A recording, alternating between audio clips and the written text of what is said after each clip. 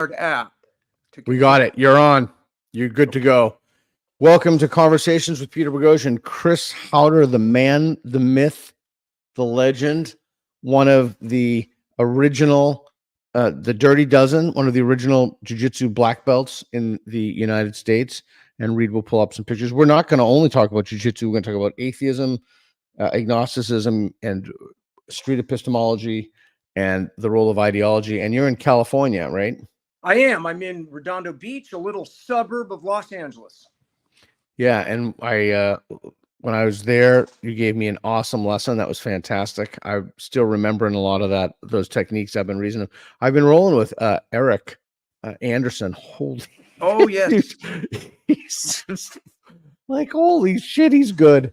Eric's really good. And Eric, unlike you and I, Eric is at the age where he's still getting better, right? And age is a factor in this, right? And yeah. I always say, out of all the combat sports, Jiu-Jitsu has the longest shelf life. You can do it much later, but boxing has the shortest.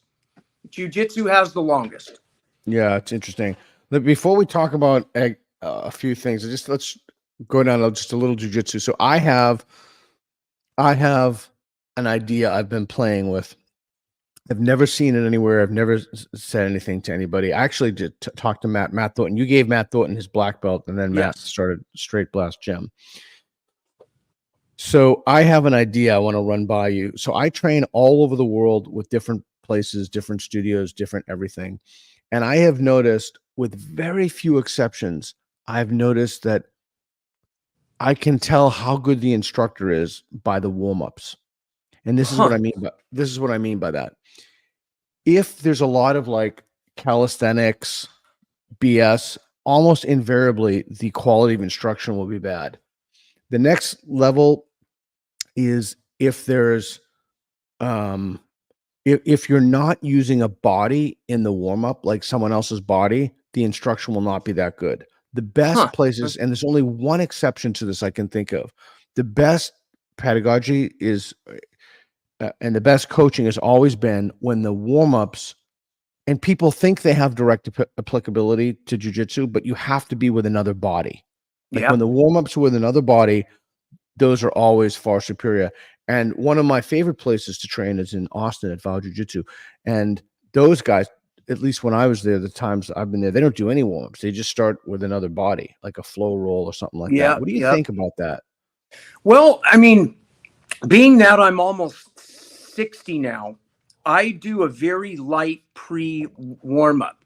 But the thing I want to say, and I don't mean this in an arrogant way, because I have a good concept of the art aspect of this, technically I don't have to warm up, because I just make my first roll, my first slash encounter with any other human, I roll in a way that it's a warm-up. I don't go 100 miles an hour off for the bat. I don't worry about winning or losing. I worry about warming up my game. So I technically don't need a official warm-up. Huh. Interesting. And you told me, and then we were not going to talk about jiu-jitsu much longer, but you told me that you don't get your exercise in the gym. No. You get your exercise out of the gym. Tell me what you mean by that. So my basic approach to what jiu-jitsu is, you think street, you train the sport, you practice art. So my whole philosophy is almost an escape out of the binary. And that relates with everything we humans do. Things are right or wrong, yes or no, on or off. And I think we cannot help but project the way in which we think onto everything we do. So although I'm technically not escaping the binary because it's impossible, it's kind of a Hegelian Taoist thing where if you think street, which is the honesty part, why am I here on the mat? I'm here to learn to protect myself against a real life or limb encounter. why do I train the sport? I train the sport because it provides real timing, real resistance against my peers. It's alive. Why do I practice the art? Because I want to risk and experiment and play. And I can't risk and experiment and play if I'm in a street altercation or a sporting match as much. And it's kind of a blend of all these things that I think creates good martial arts. And when you mess them up, when you train street, you create an unreal, you're trying to make order out of the chaos in an ineffective way. If you're practicing the sport, then you don't have the drive and oomph.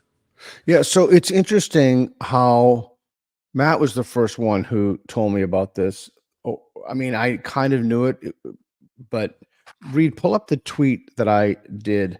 So some guy showed his journey in Kung Fu, and basically here's this guy like beating him with a stick, smashing him all around, kicking him when he's doing push-ups. I mean, the whole thing is so insane. It's so ridiculous. And everyone is like, proud body, proud mind. He makes him hold this thing like the integrated, but at core, and can you find my actual tweet from that, Reed? Yeah, that's at core. I wrote, this would be exposed as total fantasy in 10 seconds by double leg takedown mountain Americana. Yeah. Like, yeah. Like but if we look at all those comments, everyone's like, this is this great spiritual. No, but they are, well, 8 million there. They're claiming to be a combat sport. Right. That's the difference. And it's got enough physicality where image-wise, meme-wise, our brains, especially if you're untrained, will pick that up as a combat sport. Yeah. It's funny. I don't want to talk about jiu-jitsu, and I'm not going to keep saying that I'm not going to talk about jiu-jitsu because I want to talk about some other things. But two things. I did this. I probably shouldn't have done it, but I was at a place where we wrestled two people at the same time. Yeah. And I hurt my knee pretty bad. I couldn't sleep last night. It was kind of a stupid thing to do, but kind of fun. But it was totally fun. It was another wake up call that the two guys I had on me were not as skilled, but significantly stronger and faster and younger. And and one guy he did exactly what I would have done. He just grabbed my leg, so I had no leg mobility. And then the other guy was on top of me, just trying to choke me, and just it took them a while, but they got me. Right, but they got you. We used to, ages ago, back when I was a blue and a purple belt, have the tag team fights where everyone's around the edge of the mat, holding their hand out, tag me. One dude's holding on the legs, the blue belt's on the black belt's legs, one guy's on an arm, he's trying to roll over. It's fun, but obviously it's I used to call that kind of gym injury mills. It's a mill you go to, you're going to get hurt. Yeah, I hurt my knee rather seriously in a way that I would never have hurt my knee if I were rolling with someone who's kept me up last night again. Went to the doctor, got x-rays about it. One of the things I like about your gym is, and I try to do this when I travel around, but most people won't do it. They'll just refuse to do it. They refuse to have the wall open. Like when you go against the wall, they're like, oh, we stop. Like, why? Why would you do that? Why would you stop? My rule, if it's padded, it's part of the game. Anything padded, including often other pairs of grapplers, are a part of the game. So, like, if this other pair's near you, you can push off of them or grab a grip and pull. We don't always have that, but it's not allowed, if that makes sense. Yeah. We were in Taiwan. That's the only time I've tapped from exhaustion in about 10 years. That's my golden rule that Matt gave me. Don't tap from exhaustion. Yep. That freaking studio was so humid. I was going to say, the heat and humidity killing me. I couldn't. And this guy was a black belt, and he was on me, and I felt bad because I just tapped one of his brown belts. And that guy, I mean, he was, and I couldn't even breathe. And I just was like, all right, it's the first time I tapped. But those guys knew you. Everybody knew you. Like your name comes up everywhere I go in the world. It's pretty crazy. I love Taiwan. What a wonderful culture. Both Hong Kong and Taiwan are the contrast of China, right? Of mainland China. Yeah, it's fascinating. The fish, the food was crazy. The people are nice. It's so clean. Everybody's so honest. Such an honest culture. You don't have to lock your door. You could leave your wallet and phone on a counter, walk away. A person would run up and say, "You left your money." I know. I went to the 7-Eleven there. It was like the closest thing I've ever had to a spiritual experience. And they call the 7-Eleven the Seven. And so basically you walk in it, and I just like my place of peace. It was like a sanctuary to me. They had like, you could literally, they had their booze that was not behind plastic, and it's just like right there. You could sit down at a table. You could just, I mean, obviously I don't speak any Mandarin, maybe like 5 words if that, but people were like watching TV. This guy was drinking a big thing of whiskey. There, everybody was civilized. There's nobody's committing social justice on the floor. I mean, I mean, it was just a remarkable. I just that's the thing that I've learned when Reed and I go around the world. I've learned that, like, boy, we are in trouble as a country, and we are. But it's one of those things. I used to say, I've been traveling the world for over 25 years, usually 3 domestics a month and 2 to 3 overseas. And one feeling I always get when the cab picks you up, if it has a cage, you're in probably a sketchy area. If it has no cage and it's a friendly driver, you're pretty much in Taiwan or Japan, right? If it's Los Angeles, Berlin, London, there's a feeling of, okay, I'm in the hustle. And each place, it has its own unique little flavor. Yeah, I've been oh, I don't know, I'm trying to make a dent in this crazy culture war, and it's been pretty crazy. And I just looked on, when I have a guest on, and invariably when someone says something negative, like not invariably, but almost always, they have like 1 follower or 2 followers. It's, all these sock puppet accounts. I think social media is making things worse.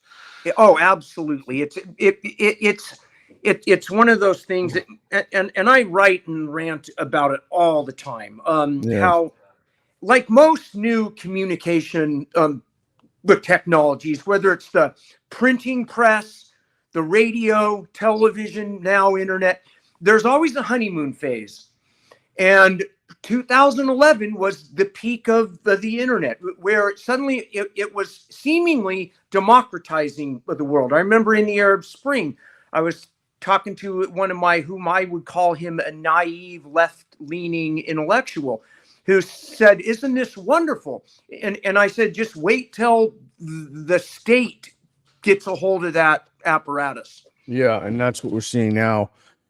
So when we travel around, and then when we come back, I'm always struck. I have a little culture shock, both when we travel and then we come back. But I think that I still am optimistic in many ways about the country. Yeah. And then I saw the debate. There's been some great tweets on that. We had an old narcissistic liar against an older bumbling, mumbling old man. Yeah. And it's like, we could go in that direction. I'll just say, like, as a jiu-jitsu coach I am what I think of myself as being a true liberal. And by that, I do not mean leftist.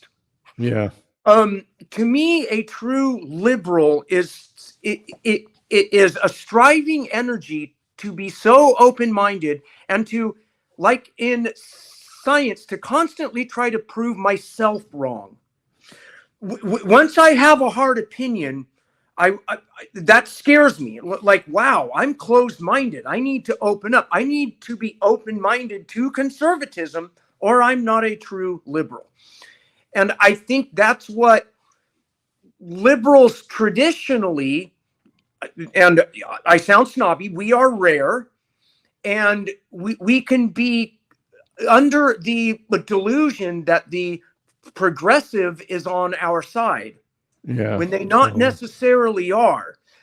And because we often historically conflict with conservative movements, especially extreme ones, we do tend to fall and or vote in the more progressive camp.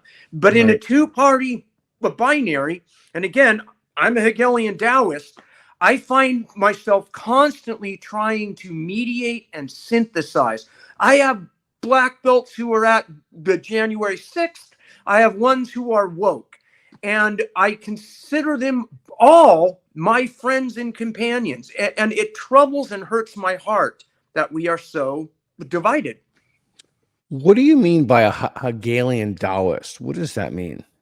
So, I mean, I am not as philosophically educated or astute as you, but what I basically read the internet. I'm a moron, grifter, Nazi. You know, the whole, like, reading Hegel is hard. I prefer reading commentary of people who've already read Hegel, but it's that, like, the thesis, antithesis, synthesis. It's, and the danger is it really is what leads to postmodern thinking. And, like, again, as a true liberal, I love postmodernism as long as you approach it objectively. Just like I like to approach conservatism with hesitation. And that's the so it's not black or white, it's a shade of gray. And that gray looks black when next to a white background, and looks almost black when next to, I mean, almost white when next to a white background. So it's an attempt to synthesize, knowing that you never really can, but it's the attempt that counts almost. That's the part of it where the Chinese Taoism enters, which is the way. And yin and yang is often seen by the West as, oh, that's the Tao. That's like later 200 years afterwards. But it is a good way of seeing the black and white, how they need each other, and how within every black there's a chunk of white, and with every white there's a chunk of black. And I can almost tell, including with my own self, when our knee-jerk reactions regarding ideology, it's almost like you can tell if a person's on the right or left by asking one or two questions. And you can almost check every other box afterwards, because they're falling into the trap of the dialectic. What do you mean by the trap of? So I'm with you now. I understand you. What do you mean by the trap of dialectic? Hitchens would say, if you can tell two beliefs, if you guess the third, they're boring. What do you mean by the trap? Okay, maybe you know, again, like, I lack the philosophical language to really express this, and I'll say that my first true experience of this was in high school on LSD, going down a tunnel, because, like, LA has all these abandoned downtown buildings. It was cool. It was like a Blade Runner, and there were underground tunnels, and we had shitty flashlights then and lighters, and we're moving in this, and the way the light was moving down, and at that time I was thinking a lot about, because the week earlier I'd been watching Carl Sagan's Cosmos about time, and I was really tripping on our human experience relation to time, and how difficult it is to be in the present, and why. because we're always thinking either future or past, another binary. And so, even our machines, our ones and zeros, ons or off, it's like I imagine an alien in intelligence that thinks in the tertiary, that exists in the fourth dimension of time. And I know I sound like a fucking nut, and I don't want No, to no, sound, no. No, no, you're fine. You keep. I'm completely tracking you right now. we are, and I lack the language, but we are two-dimensional creatures existing in the third dimension. We think we're three-dimensional creatures. I mean, what we really are is 3D existing in the fourth time, but we think like two-dimensional, thinking in the third. And as an artist, when you're working on art, sculpture is the closest thing you get to working in three-dimensional, existing in the fourth. And when you work on paper or a flat screen, What's the fourth there? time. Oh, I see. Okay, sculpture. Okay, got it. Okay, And, I'm actually tracking this whole thing. Yeah, I don't explain it well. I'm actually, I really am. I understand everything you said. Do you think good. LSD was necessary for you to get that insight? For me, it was. I can't say for anyone else, but for me, it absolutely was. Interesting. And you don't do any of that stuff anymore, right? I don't. I have the personality type that tends to abuse things that make me feel good.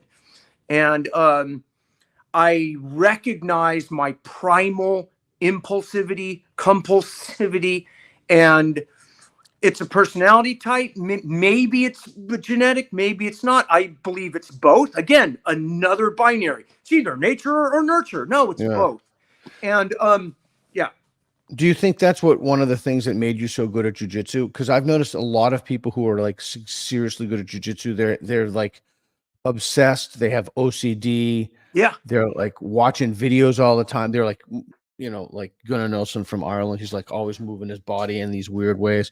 Like, what do you think? Yeah, I think out of all the combat sports, and I love them all, especially in the early days, jiu-jitsu was not only this free thing, but it's like I often joke, jiu-jitsu is Aikido, except it works. Yeah. It's like Aikido has the best philosophy, the worst practice. But jiu-jitsu is the synthesis of any art. My goal is to control and submit in that order my opponent, utilizing the least amount of athletics and attributes and the maximum amount of knowledge, spirit, but cunningness and guile. That's the art. The sport is, how do I submit my opponent utilizing all my athletics within the man-made rules of the game? Yeah. That's the box. Yeah, that idea of relaxing, that's still hard for me. And I was telling you off camera about those guys I rolled with, those black belts, and they don't like to lose to old people, man. No. And they just kept trying to those guys were trying to rip my head off, like they were trying to kill me. And they didn't get me. I didn't get them, but they would have definitely won on points. But the thing that makes me so happy is, you know, Matt would always say, in wrestling, it's who wins the quickest, but in jiu-jitsu, it's who wins using the least amount of energy. And after my roll with both of those guys, I kept rolling, and those guys sat it out. So I was, you know, and they're half my age, so I felt pretty good about that. Actually, probably, I'm pushing 60 pretty soon. Yeah. So when you did watch the presidential debate, I did, but I just have to interject just real quick. When I turned 50, me and Hickson had lunch. We did the technical training, and based mostly on what he said, from that moment on, I made up my mind that when I roll, whether it's a blue belt or a black belt, I'm going to spend less energy than my opponent, regardless of outcome. And I'm going to try to constantly, on lower belts, use zero athletics. And that has what has blossomed and opened up my game, because when I was young, I was athletic. I could do back tucks, 150 sit-ups in but 2 minutes. I was a combat wrestling athlete. And now I feel like more than ever, I'm a jiu-jitsu artist. And you don't mind, that means you don't mind losing. No, I have, my goal, the thing is people blur the street art and sport. If street is red for blood, danger, win or lose, die, blue is sport. It has a sense of purity, balance, order, and rules. And art is yin and yang. It's black and white. And if we blend all these, what do we get? This purple mauve color. You have to separate them in order to find the truth. We can't just approach it as, oh, I do a little bit of art when I roll, a little bit of sport when I roll, and sometimes we train what happens if we're on pavement. That approach creates a blurry shade of purple. I want to delineate those while I train, and I'm consciously aware at all times of hands, head, and hips, which is another one of my threes. Because whoever controls the hands, head, and hips is winning the game, regardless of the rules, whether it's MMA, sport grappling, or the street. And so like my whole mission as a coach, instructor who's continuing to grow my art, when I meet with Hickson or Jean-Jacques or whoever, art is risk. Art is the research, development part. The sport is the application of it. And the street is the mindset to keep it pure and honest. Yeah, that's interesting. And I had forgotten that Jean-Jacques lives in LA. Yes. A lot of the great grappling greats are here in LA because of Hollywood and the weather. It is always attracted, whether it's Bruce Lee, Chuck Norris, Jean-Claude, Steven Seagal, who's now in Moscow. But it's always attracted a lot of martial artists and eclectic weirdos. Yeah. So I have to remember that. Always use less energy than my partner. That's the rule. Always check in the middle of the roll. Be in the moment, in the now. And when you realize you're spending more energy, you back off. When you compete, when my opponent is spending more, I'll push it a little to make him spend a lot.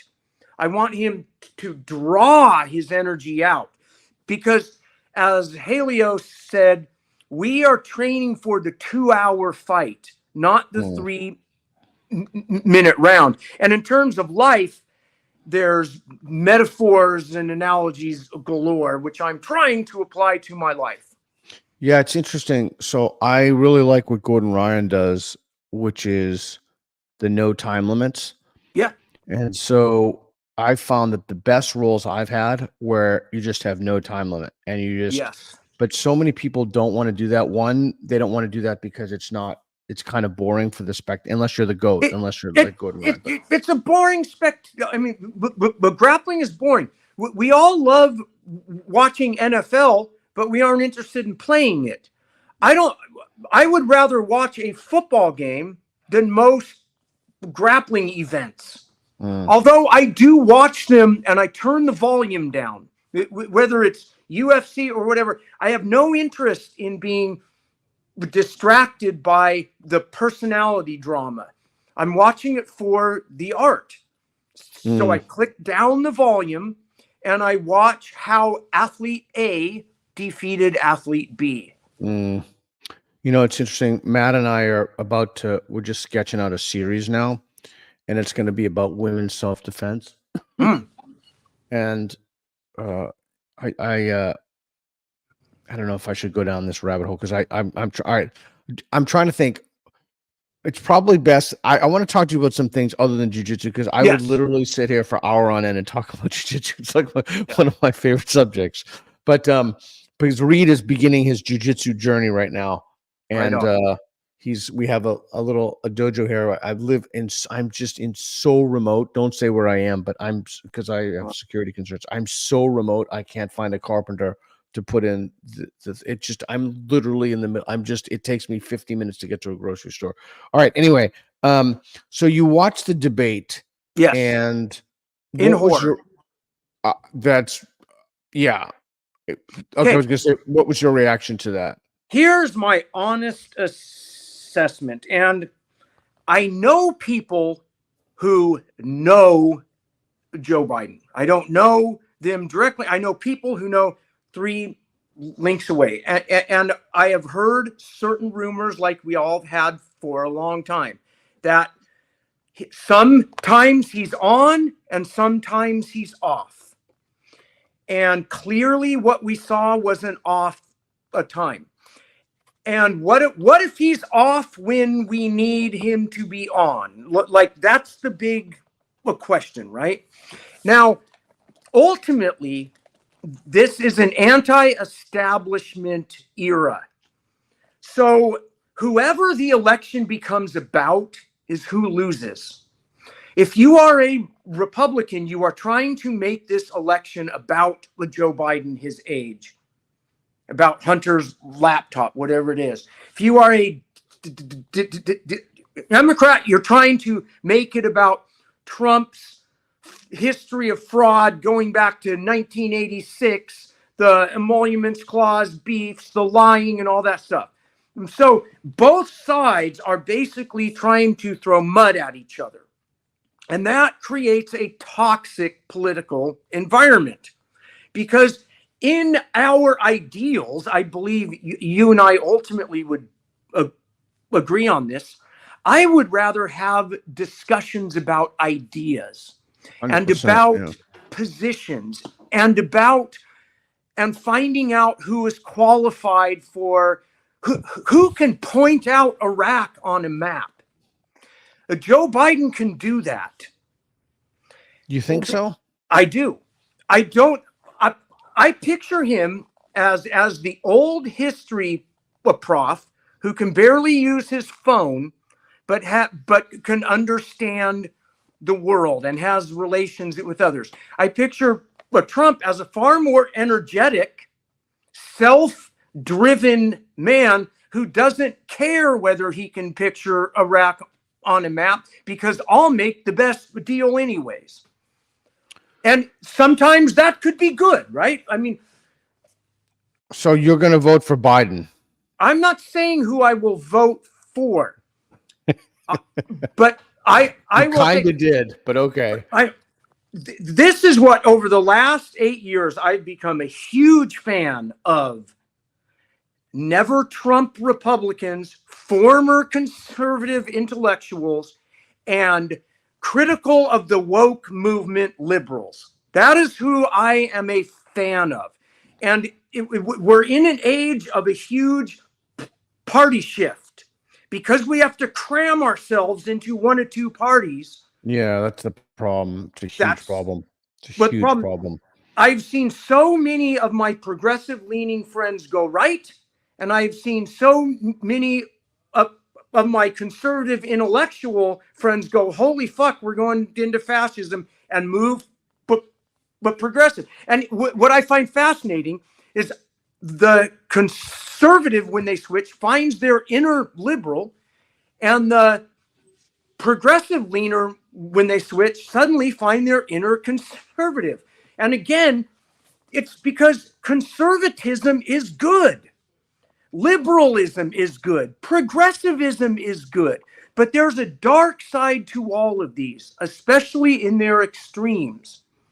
And as Putin's minister of propaganda said, if nothing is true, then everything is possible. And what we're dealing with now in the Jordan Peterson model is the postmodern conservative who doesn't even realize they're fucking postmodern. And we're dealing with a closed-minded, stubborn left that doesn't realize it's illiberal. Yeah, that's certainly true. What do you think are some of the good things about conservatism and progressivism? So in my Taoist model, and again, this is very loose. It is not a hard fact. It's not fixed. And we are looking at this objectively as we can. Conservatism is the glue of a culture.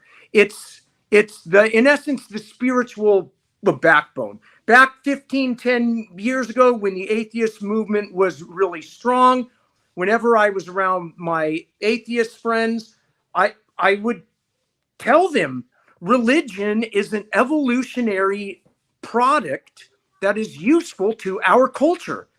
And then they would point out all the areas where it's not. And I would say, I agree. And then they would say, how can you agree, but then be for conservatism, religious conservatism? Because when it's balanced with progressivism, new ideas, liberating ideas, then you get something that's good. In other words, the conservative works slower to adopt the new ideas that come from liberals and the left, like women have rights and slavery. These are all liberal ideas. Yesterday's liberalism becomes tomorrow's conservative staple. So when I hear little Ben Shapiro and but JP defend religion, they're defending liberalism. But they can't admit that, because to admit that, they would leave their tribe. Just like when I hear people on the left grateful that they can organize on their iPhones and all this, they can thank the conservative structure of Western culture that they get to do that. Yeah, so it leaves many of us, myself included, in a precarious situation. Especially if after that debate.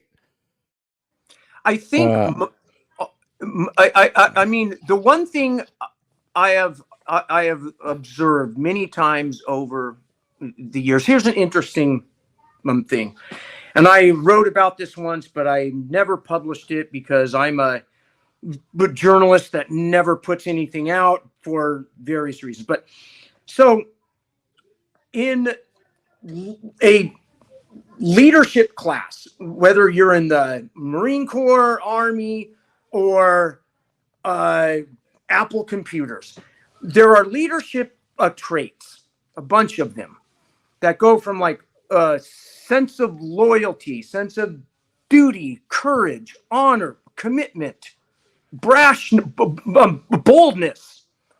And when you ask people who lean left, which traits do they choose? They choose fairness, egalitarian, and honesty. When you ask conservatives, almost always number one is loyalty. You're loyal to your tribe. That's why conservative extremism leads to fascism, and left extremism leads to Marxism. Because if you are obsessed with egalitarianism, being fair, then you get emotional and want to force fairness, which is something that you've experienced in academia. And then in the conservative movement, loyalty becomes blind, because the enemy we must defeat becomes more important than our own principles. It has been said for 20 years inside the halls of Washington that the conservatives have no principles but can bluff it well, and the Dems have no spine, and they shoot their wounded. I mean, if like I were to run, I'm a white male who said misogynistic things in the past. I could never run as a Democrat. But I could get away with literal murder in this current climate if I ran as a Republican, because they protect their guilty and the left shoots their wounded.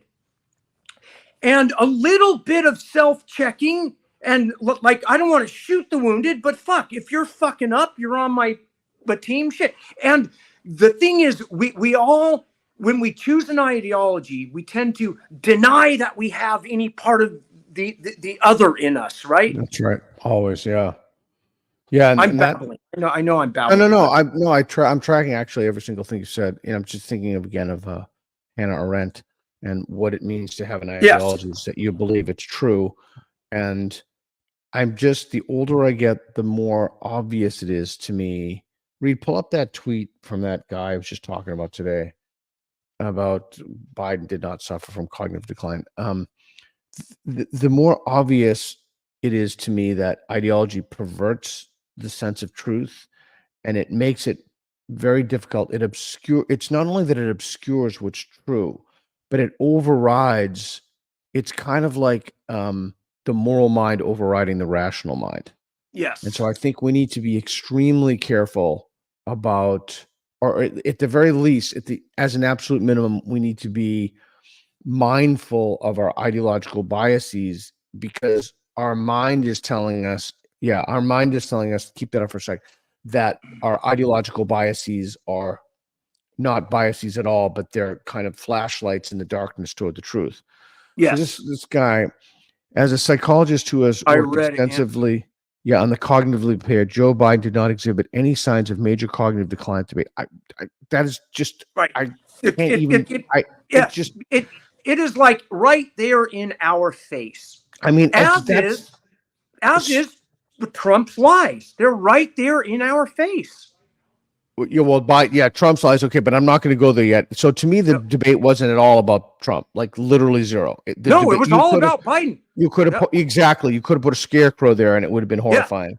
I agree. And then his voice was hoarse, and he stumbled over his words a few times. Neither of these indicate severe loss of cognitive function. And I was like, this guy paid to say that? Like, this is just an astonishing, or is he just trying to get engagement? Is he fucking around? So Reed, then click on his bio.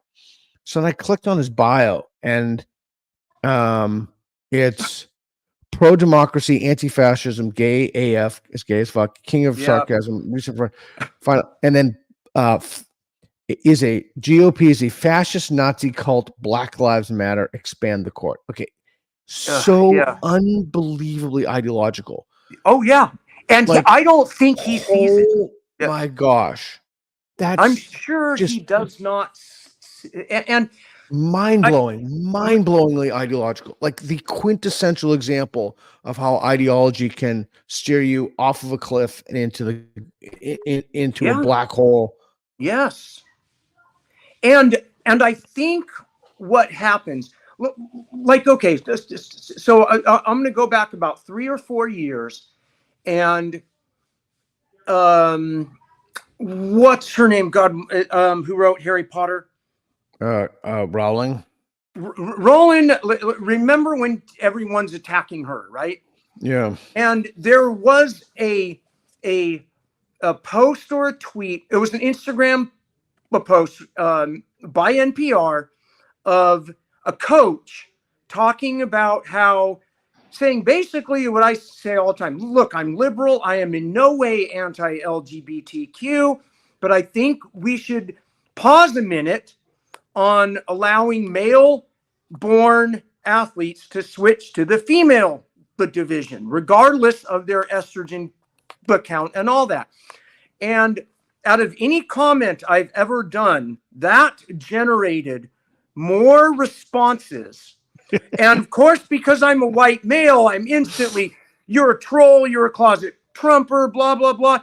And I'm sure they have had the experience before of a real, actual right winger. And once, it's like back when I was a cop, it only takes pulling over one car where the guy won't roll down the windows are blacked out, you're walking up, you put your hand on a gun, you tap on it, finally he opens it up, a car drives by and sees you with your hand on your gun. You instantly are resentful. Like, this is my fucking life. And here you are driving in your car to your whatever job, having no idea. Like, I can totally place myself, because I've been there, in that world. I can also see the eyes of a black kid going from being 11 to 13 and suddenly having cops look at him in a far different way. And and I can find you tons of history of precedent, even current corrupt single cops who have done shitty things. So all the evidence is there for both ideologies. All the evidence is there there's a gold mine of facts to support each ideology. Now, this kid in defense of Biden's brain, I don't know where he gets that. Just like I don't understand how the MAGA movement, and this is a lot of them in the extreme, but private will admit they're not for the democracy. They're not. Yeah. Okay. So here's I found this interesting, and Elon Musk commented on it. Reed, can you pull up the tweet of for the Democratic National Committee or something saying that Biden won the election? I don't know if you saw that, but they said that Biden won the debate. Yeah, actually, no, sorry, I apologize. Not the election, the debate.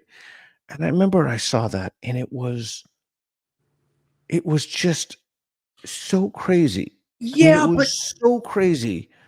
But as a every media, time, as a media junkie, what I observed immediately afterwards was so many prominent Democrats and journalists in panic saying, "Oh my God, we need to switch candidates." And then a handful saying, "No, we got to come in on the horse we rode on." And as a guy who follows a lot of former conservatives who are in death fears of fascism, they're all saying, "No, stick with Biden." But they're thinking from a conservative mindset, which is loyalty. And the left is thinking of the shoot your wounded. Al Franken touched a woman's breast. Get rid of him. Cancel him. But Joe Biden fucked up. Cancel him. So, like, I'm watching my theory of ideology play out. Yeah, and the funny thing about the Al Franken is, like, he was retrospectively, Yeah. like he was canceled, and he didn't even touch her breast. He didn't even do anything. Yeah, he had his hands, and it was it was just so interesting to me. Yeah, it was a lynch mob. But the left has a lynch mob mindset, and the right has a cynical, grimacing thing. We're going to pretend we're playing the democracy, but we're playing to win. Yeah. Okay. So I don't know about you in more detail than you told me, but I was utterly mortified by that. I think the country was mortified. Yes, by the that. world was. Yeah, and the response to that was fascinating. I don't know. It made me deeply fearful for the country. My first thought after that, among my first thoughts were, boy, if I were an enemy of the United States, I would act as quickly as possible while we're in disarray. And they probably can't bring themselves to act within the first 24 or 48 hours. But I mean, I'm going to not disagree with you, but I'm going to add a caveat.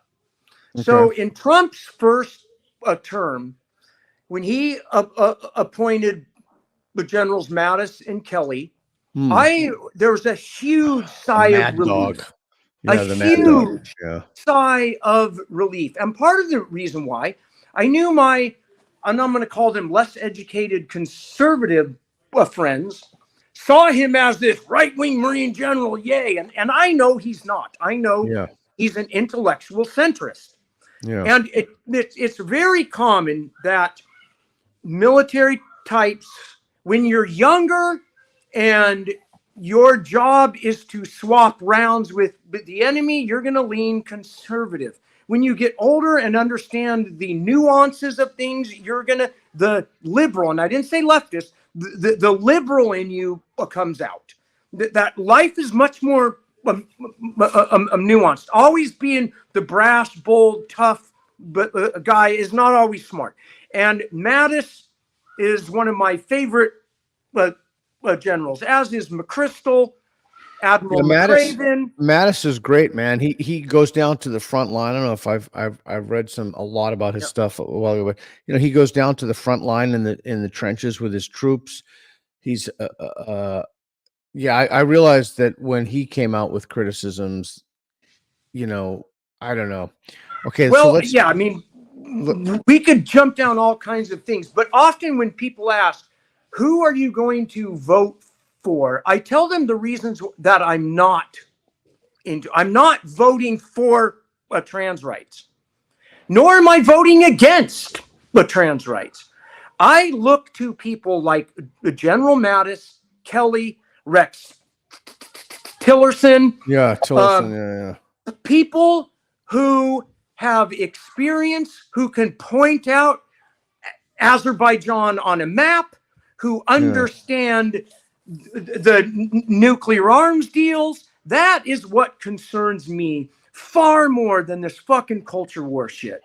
Yeah, I've often said that I really wish that I didn't have to focus on such idiocy. It's just so stupid. It infuriates me every day that this is like, there are so many things. And so, I'm actually moving into I don't want to say moving.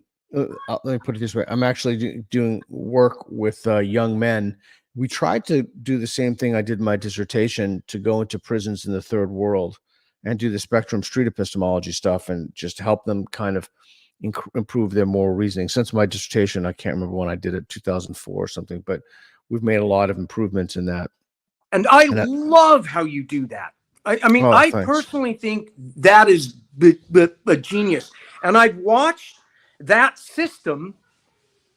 It might not change the mind 100%, but I've watched it open minds when I've watched your YouTube clips. And to me, that warms my heart. Like, I am so struggling to be a moderate. My personality type, when you check all those things, always says I should be a journalist, a historian, a judge, because I really am after more questions, not answers, more questions that reveal echoes of truth.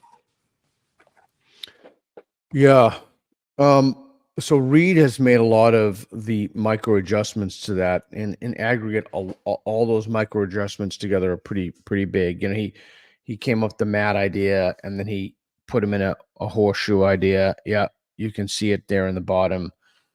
And then you see that there are boards on the floor, and if people disagree, we've come up with the coin flip. We've made a lot of innovations. I also love I can do everything I do in jeans. It's a pretty great. Yeah, I've made a great. I wear jeans all the time. I've made a great dressing how I want. I just put one of these suit jackets that I get over from Goodwill or what have you on top. It's hard to find a suit jacket at Goodwill, by the way. It takes a long time to find one that fits, but it used to be easy. I've gotten I got a great tuxedo, almost brand new, that really? I still have. Yeah. Oh, right on.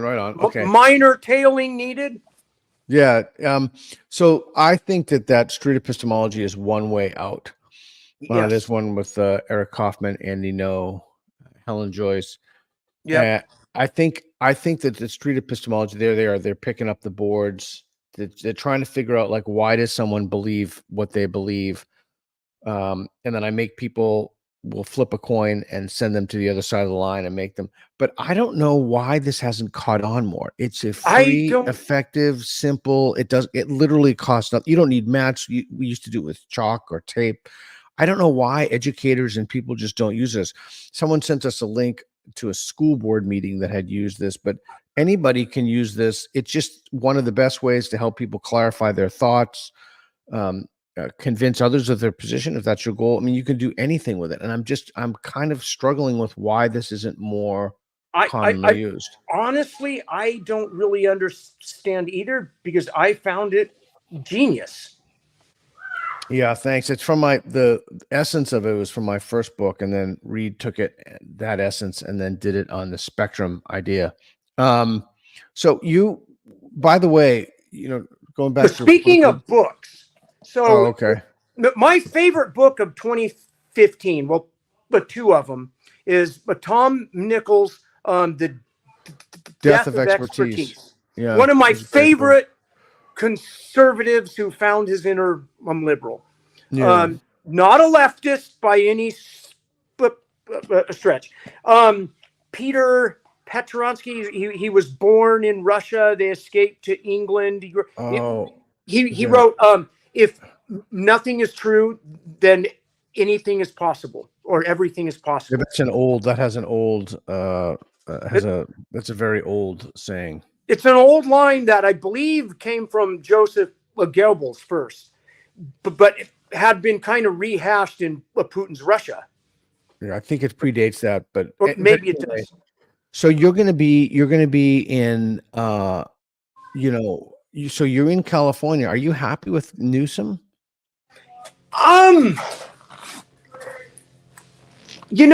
For me, as a typical voter who holds my nose and checks the box of who I don't like, I'm not going to say I don't like his personality, and I wish he would change some of his policies, but would I take him over Greg Abbott? But you see, now I'm caught in the binary, and I don't want to get caught in the binary, because I also like Greg Abbott pardoned the guy who grabbed his gun, went and shot a white BLM guy, and then pardoned him. I can't see Gavin pardoning a spray painter in UCLA, let alone it's just, so it's kind of one of those things where, you see, that's my point, is we need real conservatives. We need conservatives with principles. Right, and we need real liberal. Yeah, so two things. One, the election does nobody any good. I would have loved to have seen among the existing candidates Vivek Ramaswamy versus RFK. Whatever you think about them, I think that they both have a very different vision of the country. They're both smart. They're younger. They're more adroit and intellectually nimble. They're both knowledgeable. So you can say I don't like this, but I wouldn't be embarrassed. I would agree they're both younger and both smart, and every other of those assessments I would largely disagree. I wouldn't be embarrassed when I go somewhere. Now when we travel somewhere and it's Biden, Trump, I'm actually literally embarrassed. I'm embarrassed by that. Yes. But I wouldn't be embarrassed. I'm not saying I agree necessarily with it, but the other thing, that the reason that Gavin Newsom, and this is maybe surprising to you, he was fucking his best friend's wife. Yeah. Well, he used to fuck but Don Jr.'s current wife too. Yeah, I mean, but he was fucking he was like that. No, while the guy with his best friend, and his best friend didn't know. That's the problem. I mean, I don't give a shit who he sleeps with. I couldn't possibly care less. But there's something so unctuous, so nasty, so that's just so scummy. Yeah. That's so scummy. It is. And from my perspective, we are so gaslit. And like one of the here's an interesting little philosophy ideology experiment I used to run in the Obama years, because I instruct a lot of privates, and I have people from both the right and far right and far left at the time. And I would take an Obama quote and I would read it and say it was from Ronald Reagan, and they would love it. And I would take a Reagan quote and say it was from Obama, and they would hate it. And the other way around if they were the other thing. So way back then, I was realizing how ideology has captured us. And me personally, as a guy who's always been fascinated by religion and cults and the phenomenon of being sucked into an ideology, I've always been interested in just what makes us a tick, right? And I am if you went to sleep in a coma in 2012 and woke up now, you would just be absolutely horrified. But because we got there incrementally, and as less democratic, small d, as it was in the olden days, when the parties had much more say in the candidate who was picked, they would have weeded out Trump. Biden would have been pushed into retirement. The parties have lost their thing. What we have is, is uneducated populist anger coming from both right and left. It's true. A lot of that is from Super Tuesday, though. You know, you get these large blocks in the South.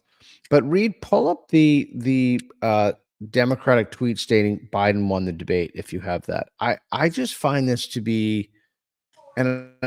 Okay, so look at this. Tell me what you think about this, and tell me if I'm off base. The Democrats winner of the next debate, and this Joe Biden quote tweets. It says LOL. Can you hear me okay, Chris? Yeah, it's astonishing. But again, in the wake of that, I was pleasantly surprised how quickly everyone from Rachel Maddow to Nicole Wallace gave an honest appraisal and were horrified and said that was the worst debate in American history.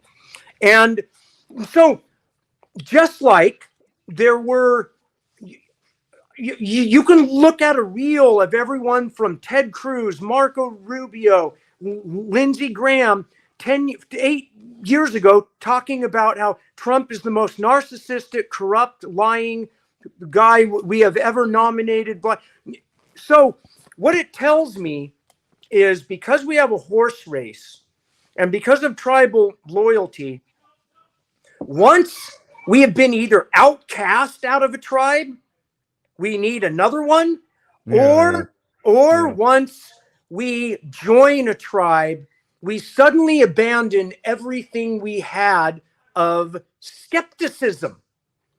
And you and I are skeptics. Like, I never feel comfortable when somebody says, oh, you're part of my tribe. It's just, it's not me. Even though I'm a leader and I got this combat base group, like my whole group is a group that enables you to not feel like you are being controlled by a hierarchy, because I'm not a fan of that. But at the same time, I'm so liberal, I understand the need for it. I understand. I'm so liberal, I appreciate conservatism.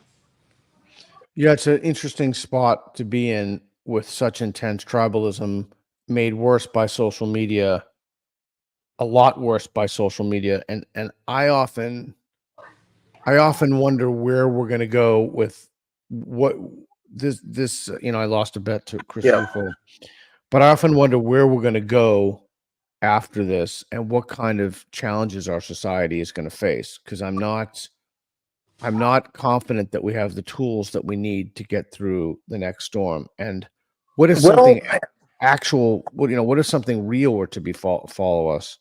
Yeah, that's my bet. We're gonna go out and see this I fellow. saw that. You lost. Yeah. So in March of 1933, the Weimar Republic passed the Enabling Act, which basically is what the Supreme Court did yesterday. Oh, with Chevron? Is that the with Trump's immunity claim? Okay. Is basically now the POTUS is above the law. And per our Enlightenment ideals, and when you read Madison, Monroe, Jefferson, and yes, if you're on the woke left, you'll condemn them for having slaves or whatever. But what made America so great is that no one is above the law. And the far left, for all of its flaws, democracy has never fallen to communism. Aristocracies and monarchies fall to communism. Oligarchies fall to communism.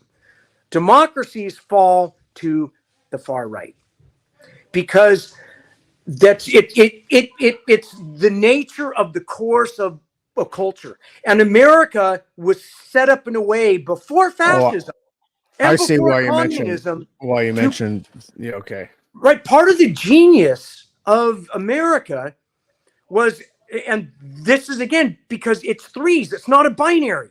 You have legislative, executive, and the Congress, and the courts. And that three-way structure breaks the binary.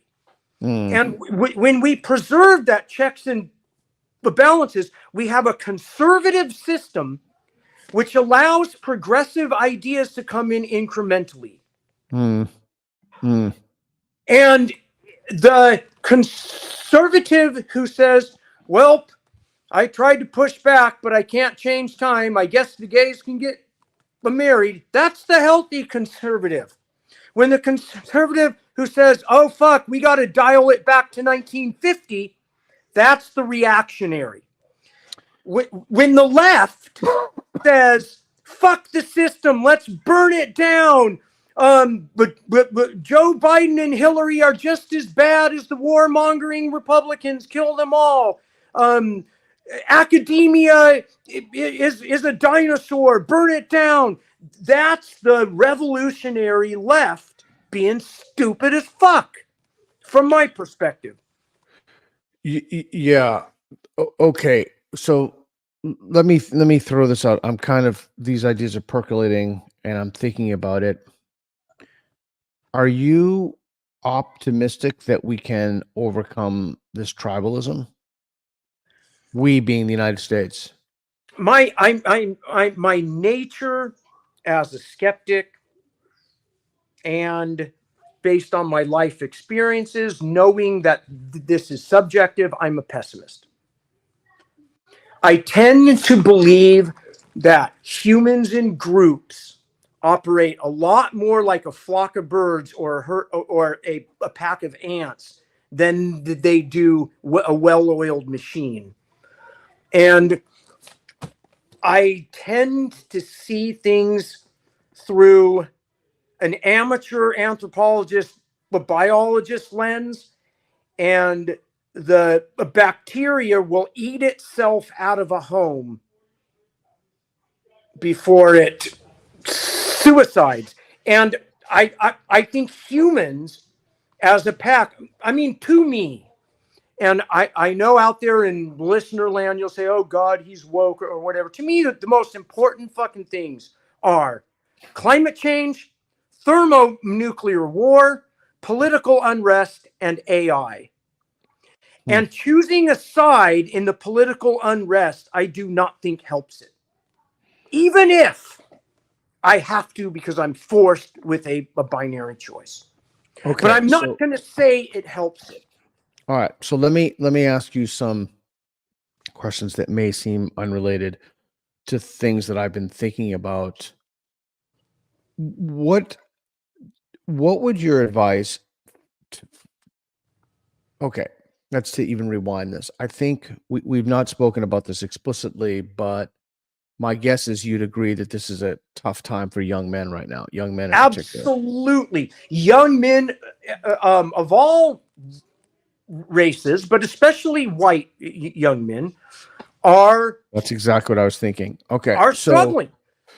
So what would your advice, and I'm doing something with a psychologist now, we're putting a few things together that are going to help young men, or at least I hope they're going to help young men. What would your advice be to young men right now?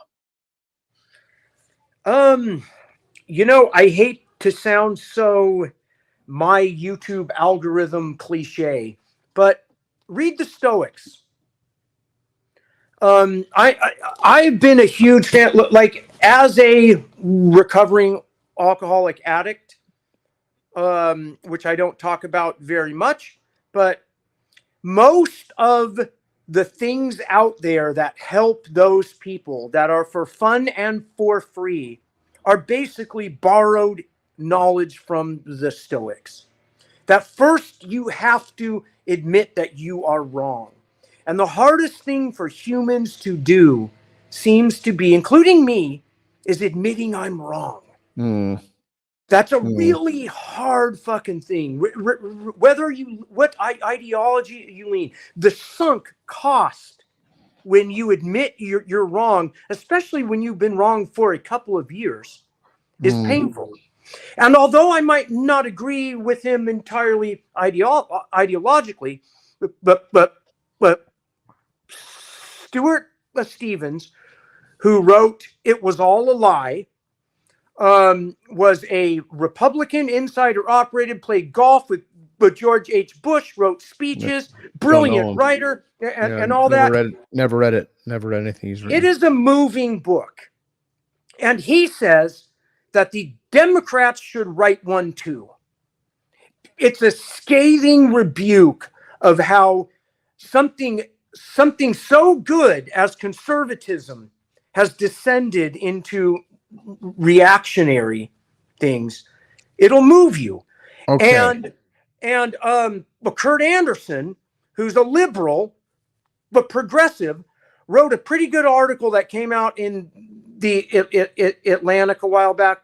I can't remember the name, that talks about the Disneyland crystal healing yoga left wing fucking. It's all better if you believe it. Yeah, how am I like people often just because I am far more worried about nuclear war than I am whether the blue-haired tranny gets to play on the team or not. People think I'm anti-woke or woke. It's like I can't fucking win. Yeah, I've often said that we need to. One of the many reasons we need to secure our southern border is I wouldn't be surprised at all if people were actively attempting to sneak nuclear weapons to the country. Every time I say that, people look at me like I'm a lunatic. Like, especially now that we know about the president's situation. If I were an enemy state, if I were Iran, that would be my first order of business. But nobody listens to me. No one listens to me about the grievance studies stuff, academic corruption. No one gives a shit. So, okay, fuck it. Let the whole cities be nuked. I mean, what are you going to do? There's nothing. You can only do so much, and then people can say he's a conspiracy theorist. Bogosian's a conspiracy. Okay, well, all right. Well, and keep the border open. All of our leaders have had flaws. And clearly, I would say that probably at least 90% of those crossing are good. But out of 30,000, that's a lot of bad apples crossing the fucking. I mean, that the whole failure to secure the southern border is one of the most insane, truly insane things. Like, okay, so your advice to young men, you gave some books, read the Stoics. You have any other advice to young men? Exercise. I'm one of my threes again. It's mind, body, and spirit. And we didn't have a chance to discuss spirit and my atheism / agnosticism. Atheists think I'm an agnostic, and everyone who believes thinks I'm an ardent atheist. But because I'm a Taoist, but a Western Taoist, not an Eastern follow the religious dogma of the Taoism Taoist. I just like the underlying philosophy of Taoism. But you need mind, a body, and spirit. And as someone who, when I was young, I will somewhat shamefully admit I was insecure as fuck. Yeah. I had friends of mine who went down the neo-Nazi rabbit hole and almost dragged me in. I was afraid of the blacks gaining so much clout and power and rights, and what's going to happen to us white guys and shit. When I look at the history of what white people did to black people, if suddenly we give we give as if we give, but the black people power, they're going to do it. Like, I danced in the punk rock world. I danced around that as well as with left-wing ideology. I would flirt with. I often think Marx did a great description of the problem, a horrible prescription. I even think Hitler, and if I say this, I'll get canceled, right? It's important to read the far right as well as the far left, because I believe in synthesis. I believe in the middle way. As Hickson says, when him and I roll all the time, Chris, you find your base. You find the middle. Do you still roll with Hickson? Yes. I mean, not right now. He just had a hip replacement. But you need to have a base. And to use the jiu-jitsu analogy, when you have no base, you can't make anything work. I hate to give Jordan Peterson any fucking credit, but I will. I think a lot of what he did early on, before the left over attacked him, and it became a fucking industry when he realized he can get 60 grand a month from Patreon through insecure white guys. But I think what he did was good. It was a good thing because the right wing needed, and the left doesn't have anyone helping young white men. And of course, it's kind of like the border.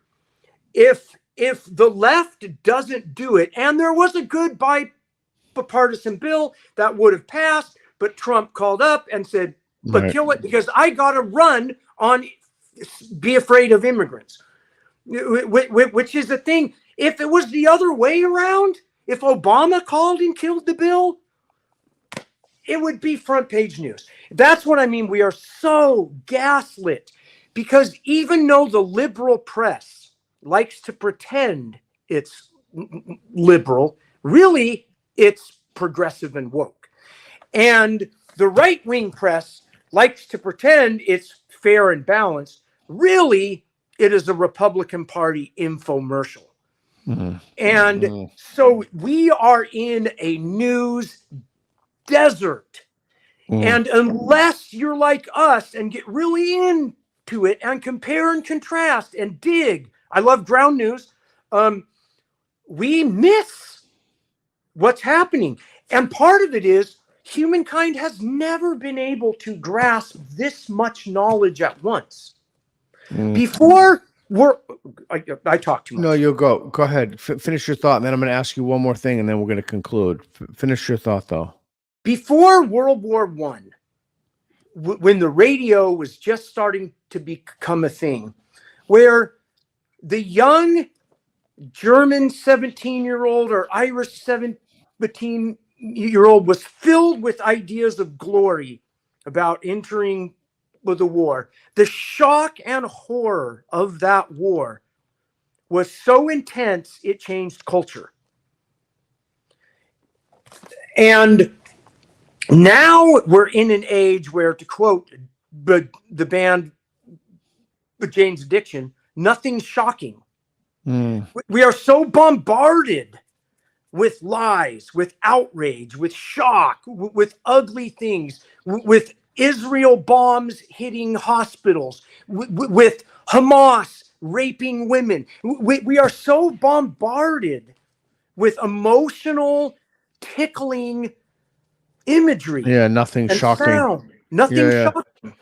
Yeah, it's interesting. Years ago, I was listening to this call-in show where these kids were calling in and asking sexual advice, and I just could not believe the situations in which these kids,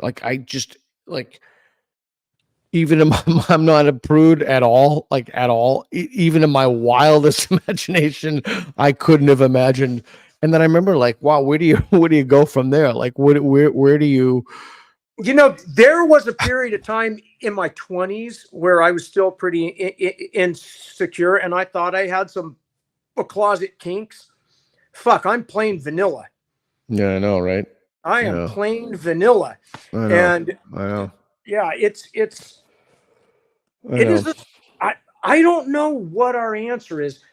I feel like the real threats are almost unaddressable. Like I remember I was on a train going from NYC to upstate. It was October of 2016, and I run into the perfect the perfect stereotype of 3 young female college kids. One black, one white, one mixed race. They've got on their Bernie shirts and pins. These people not only could not identify where Iraq was on a map, Yeah. they saw Hillary as Republican light, horrible. And then I went and taught at a place where they saw Hillary as this Marxist trying to smuggle in the gay rights into everything. And during this period, during this year, I was traveling all over. And I noticed the ideological angst all over the world. Friends of mine who had been apolitical were suddenly political, instantly smart, whether they leaned right or left. And it reminded me of a time of the 1920s and 30s as an amateur historian who can only kind of reminisce that suddenly there's this new technology. I pictured the 20s. There's a rise of a new oligarch class. The radio's out there. Women get the vote. Women could cut their hair short, smoke, and wear skirts and flapper dance. The Berlin nightclub scene. You could be openly gay and have interracial relationships in 1929, Berlin, Germany.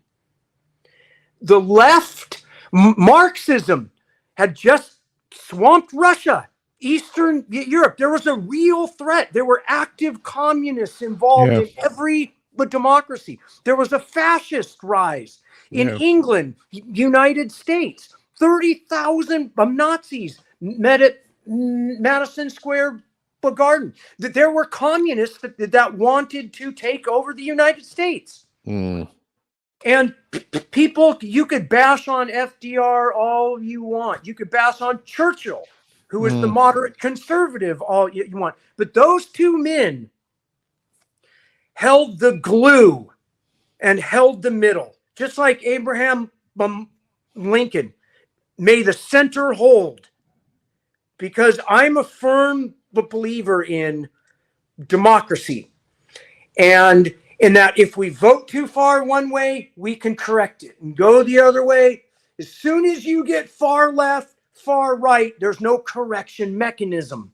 So as Churchill said, as messy as it is, democracy is the answer. A republic. And for you out there who have been reading right-wing anti-democracy propaganda, I hear you. There's a truth where too much democracy can be a bad thing. Going back to why we had parties that would appoint who would run instead of the idiot masses picking who runs. Okay, but I'll shut up. No, you're good. You're good. I tracked that whole thing. It's just interesting to me. Do you remember when you came to Portland when I used to live in Portland? We played Dungeons and Dragons that night. That was a fun night. I love D&D. Yep. I remember that was, you were being like, was it you or some other prof whose car was being egged every morning by the woke left or something like that? Yeah, it's great. Well, when Reed and I go down to LA, we'll get you. And Eric Anderson is a really good D&D player too. He's awesome. Really, we'll have to have really a game. I love to say Los Angeles. I love. It's a place where our conservatives believe in democracy still, and our liberals aren't Marxists. Yeah, we like to make money. Yeah, well, I'm looking forward to going down there. Excuse me. We have a busy schedule. Okay, Chris, thank you so much for your time. Where can everybody find you? Combatbase.com. I never got to talk about my atheism, but you're bored of that topic anyways. Combatbase.com, Instagram, Chris Haueter Art.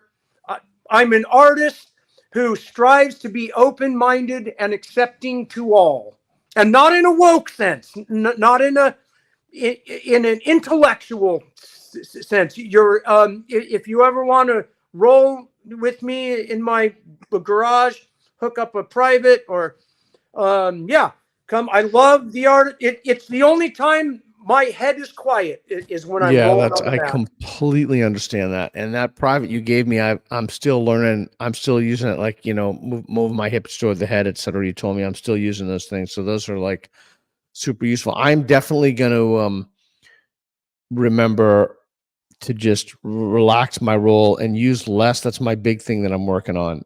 Use less energy than your opponent. Yeah, that's my goal. That's my goal. I think I'm truly terrible at that because I don't like to lose. Yeah, it's hard to just always be the guy spending less energy. Yeah, that's a great rule. It's conservative fiscal policy in rolling. Oh, that's a super interesting way to look at it. Yeah, that's a super interesting way to look Just at it. be the guy spending less energy. Yeah. Spending less money. Huh. Cool. All right, Chris, keep your thing open. Sir. And thanks a lot, Reed. We appreciate it. Chris, you're a good man. Thanks, brother. Appreciate our friendship. Appreciate what you do. Thanks you, sir. Thank you for watching. Everything we do is under the umbrella of the National Progress Alliance, nationalprogressalliance.org. It's a nonprofit, independent 501c3. Your generous donations keep us going and keep fueling content like this. So please help us out. Make a donation. We very much appreciate it. Thank you.